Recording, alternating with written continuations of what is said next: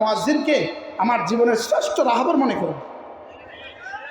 আমি বলি আপনি যদি ইমাম মুয়াজ্জিনের খেদমত করতে পারেন, আপনি যদি ইমাম মুয়াজ্জিনের খেদমত করতে পারেন, ইনশাআল্লাহ আপনার মৃত্যুর পরে বলতে হবে না হুজুর দোয়া করবেন। আব্বার ইন্তেকালের পরে কেউ বলতে হবে না হুজুর আব্বার জন্য দোয়া করবেন, এটা বলতে হবে না, দোয়ার জোয়ার শুরু হবে। আল্লাহ তাআলা মেহেরবানি করে ইমাম মুয়াজ্জিন কল্যাণ পরিষদের এই উদ্যোগকে কবুল করেন। সকলে বলি আমিন। আপনারা খেদমত করবেন তো ইনশাআল্লাহ? হ্যাঁ, আল্লাহ আমাদের সকলকে তৌফিক দান করেন। আমি আগেই বলেছি, আমি মুখতাসার কথা বলবো, সংক্ষিপ্ত কথা বলবো। আল্লাহ তাআলা যেন এদেশের সমস্ত ইমাম মুয়াজ্জিনকে শতভাগ দিন উপরে রেখে, শতভাগ তাদের দুনিয়ার প্রয়োজন সমস্ত কিছু পুরো করে আল্লাহ তাআলা তাদেরকে খেদমতের জন্য তৌফিক দান করেন। সুবহানাল্লাহি ওয়া বিহামদিহি, সুবহানাকাল্লাহুম্মা বিহামদিক, আশহাদু আল্লা ইলাহা ইল্লা আনতা, আস্তাগফিরুকা ওয়া আতুবু ইলাইক।